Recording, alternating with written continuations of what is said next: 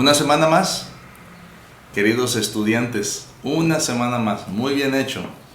Estamos en esta hermosa materia, ¿verdad? La Biblia, la palabra del Señor y el ayuno. Hoy es la lección número 2. ¿Por qué es considerada palabra de Dios la Biblia? Que el Señor nos bendiga y nos ayude para aprender en esta hora en la que estás aquí conmigo. Muy bien, en esta clase basamos todo nuestro material en el escrito del doctor Charles Rirrie. Es un teólogo, ¿verdad? Que falleció hace algunos años atrás, autor del libro Teología Básica. Así que veamos algunos argumentos al respecto y busquemos una respuesta satisfactoria a esta interrogante. Muy bien, entonces, número 1, revelación, ¿verdad? A la Biblia, a la palabra se le conoce como la revelación de Dios al mundo. La revelación en la Biblia no solamente es inclusiva y sin embargo parcial, sino que también es precisa. Juan 17:17 es progresiva, Hebreos 1:1 y con propósito. Segunda de Timoteo 3:15 al 17. Y vamos a leer estos pasajes, por supuesto. Hazlos santos con tu verdad, enséñales tu palabra, la cual es verdad. Juan 17:17. Hace mucho tiempo Dios habló muchas veces y de diversas maneras a nuestros antepasados por medio de los profetas. Hebreos 1:1. Toda la escritura es inspirada por Dios y es útil para enseñarnos lo que es verdad y para hacernos ver lo que está mal en nuestras vidas. Nos corrige cuando estamos equivocados y nos enseña a hacer lo correcto. Segunda de Timoteo 3:16. El hecho de que la Biblia se atribuya a sí misma autoridad no constituye necesariamente una prueba de su autoridad. Más bien existen evidencias factuales, históricas, que constituyen las credenciales de la Biblia y validan la verdad de su mensaje. Así que vamos a ver desde este punto de vista los textos importantes para analizarlos un poco y reconocer que esta es la palabra de Dios. Segunda de Timoteo 3:16, el texto central. Toda la escritura es inspirada por Dios y es útil para enseñarnos lo que es verdad y para hacernos ver lo que está mal en nuestras vidas. Nos corrige cuando estamos equivocados y nos enseña a hacer lo correcto. Segunda de Timoteo 3:16. Así que este es el primer pasaje. Toda la escritura, la Biblia entera, es inspirada y provechosa. Este es el alcance de la revelación de Dios. El Nuevo Testamento usa la palabra escritura 51 veces y siempre con referencia a alguna parte de la Biblia. Incluye a los 66 libros como los conocemos hoy. No se excluye a libro alguno ni parte alguna de la Biblia. Toda la escritura, ¿verdad? Desde Génesis hasta Apocalipsis es inspirada por Dios. La Biblia entera es inspirada por Dios, lo que significa que la Biblia es el resultado del aliento de Dios, ¿verdad? La Biblia entera es útil. Esto expresa el propósito de la inspiración. Su utilidad consiste en que enseña, amonesta, corrige, restaura y entrena en justicia, para que el creyente pueda ser apto, pueda ser capaz o proficiente y completamente equipado en cada aspecto de su ser. La Biblia no es para ponerla en un museo y admirarla, sino para aplicarla en nuestra vida, en el diario vivir, en el día a día, ¿verdad? Necesitamos empaparnos de ella. Es la manera en la que Dios nos santifica. Al juntar las tres ideas de 2 de Timoteo 3:16, el versículo nos declara que la Biblia entera provino de Dios para enseñarnos cómo vivir. Cómo vivir. Segunda escritura que veremos, segunda de Pedro 1:20-21.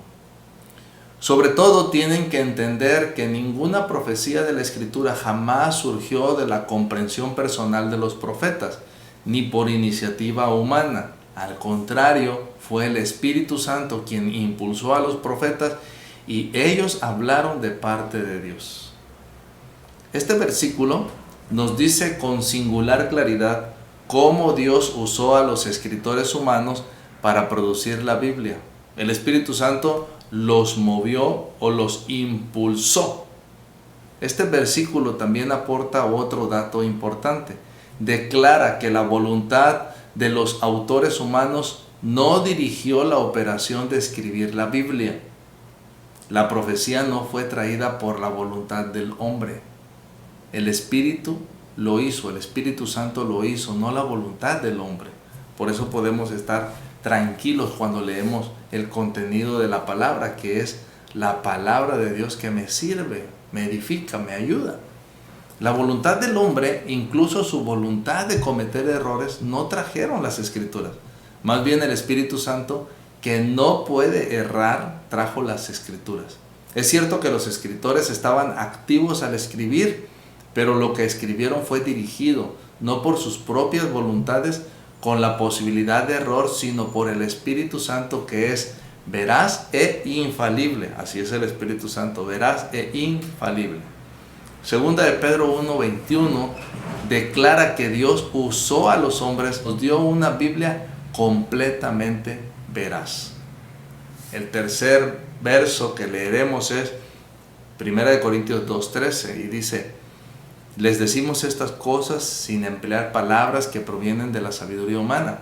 En cambio, hablamos con palabras que el Espíritu nos da. Usamos las palabras del Espíritu para explicar las verdades espirituales. Aquí Pablo afirma que la revelación de Dios llegó a nosotros en palabras. Esto contrarresta la contención de algunos de que la inspiración solamente tiene que ver con los pensamientos que Dios quería que supiéramos, y no con las palabras con las cuales se expresaron esos pensamientos. Porque uno supuestamente pudiera tener pensamientos acertados, los de Dios, transmitidos en palabras erróneas, la de los hombres. Pero Pablo insistió en que el mensaje de Dios vino en las palabras del texto, ¿verdad? Increíble. Este versículo enseña que las palabras mismas de la Biblia son inspiradas. Muy bien, vamos aterrizando al final de esta clase. Con lo dicho anteriormente, podemos estar seguros de que la Biblia es la palabra escrita de Dios, inspirada por Dios y útil para nosotros los seres humanos. En ella encontramos la forma correcta en la que podemos acercarnos a Dios y encontrar el camino hacia Él. No hay ningún error en ella, lo repito, no hay ningún error en ella. Es divinamente inspirada y los pensamientos de Dios se plasmaron en palabras para nuestra comprensión, ¿verdad? Los pensamientos de Dios se plasmaron en palabras para nuestra comprensión. De hecho, nosotros en nuestra declaración de fe como Iglesia de Dios creemos en la inspiración verbal de la Biblia. Es nuestro primer punto de nuestra declaración. Déjame le platico una historia final, personal. Estaba yo preparando un sermón, estaba aquí leyendo la palabra en Santiago, ¿verdad? En Santiago, en Gálatas 5, en el área del fruto del Espíritu. Y entonces estaba yo leyendo y se me hizo muy interesante que al leer la palabra, el fruto del Espíritu en la versión 1960, eso lo veremos la próxima clase en relación a las versiones, pero en la versión 1960 da nueve características del fruto: amor, gozo, paz, paciencia, benignidad, bondad, fe, mansedumbre, templanza, mientras que da 18 frutos o características de la carne. Y entonces yo agarré y se me hizo interesante al leer, ¿verdad?, esto. Dije, vaya, son dos frutos de la carne por un fruto del Espíritu. Y entonces el Espíritu Santo me dijo en ese momento, fue un momento sublime, maravilloso, que recuerdo con mucho aprecio en el corazón. El Espíritu Santo me dijo: por cada fruto que yo produzco, la carne tiene que esforzarse al doble para poder combatirlo. Entonces yo me quedé pensando, dije, wow, eso es interesante, y empecé a contar, y ciertamente son 18 contra 9 en la versión 60, y el Espíritu Santo me dice, si tú batallas con algo del fruto de la carne, lo que necesitas es la contraparte, el fruto mío, para poder vencerlo. ¡Wow! Y entonces tenemos, por ejemplo, ¿verdad?, que los dos primeros frutos de la carne tienen que ver con aspectos sexuales, a los que el mundo le llama amor, pero el fruto del Espíritu dice amor, ¿verdad? ¿Qué es lo que necesitas? No necesitas la carne o lo que el mundo dice que necesitas para demostrar el amor. Lo que necesitas es el fruto del Espíritu para mostrar el amor. Extraordinario. Bien, pues tomemos un momento para orar, porque al principio no oramos lo suficiente, así que vamos a orar en este momento, y quiero orar por todos ustedes para que el Señor los bendiga y los guarde y les dé la sabiduría. Recuerden, hay que hacer el ejercicio de esta semana que está ahí en plataforma para que pueda abrirse la siguiente clase. Vamos a orar. Padre, oramos en el nombre de Jesús. Te damos muchas gracias por todos los alumnos que están tomando un momento para aprender. Creemos en la inspiración verbal de la Biblia, que tú has dirigido, Espíritu Santo, a cada escritor en la antigüedad para darnos la revelación que necesitamos, tu palabra.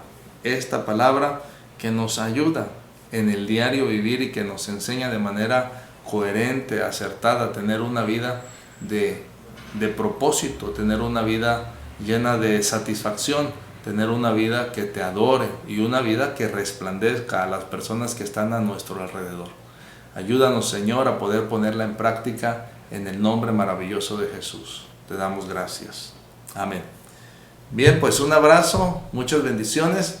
Nos vemos la próxima semana para la tercera clase, ¿verdad? Que es lectura bíblica. Muy bien. Y la última en el área de la Biblia. Y la cuarta clase, pues avanzamos ya con el ayuno. Bendiciones, un abrazo.